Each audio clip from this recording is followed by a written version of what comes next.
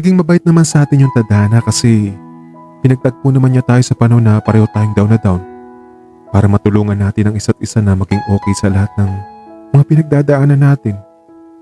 Kaso, baka yun lang din talagang papel natin sa isa't isa. Kaya magpasalamat na rin tayo sa kanya kasi pinagtagpo niya tayo. Tsaka at least, alam natin sa sandaling panahon na iyon, nagawa natin magpakatotoo sa sarili natin at sa haramdaman natin. Ito na lang din ang isipin natin ha. Siguro hindi pa talaga meant to be na magsama tayo na matagal sa labas ng Baguio. Kasi pareho pa tayong may tinik sa mga puso natin. May perfect time siguro na nakalaan para sa atin. Pero hindi pa sa ngayon yun. Malay mo paguro sa mga tamang timing.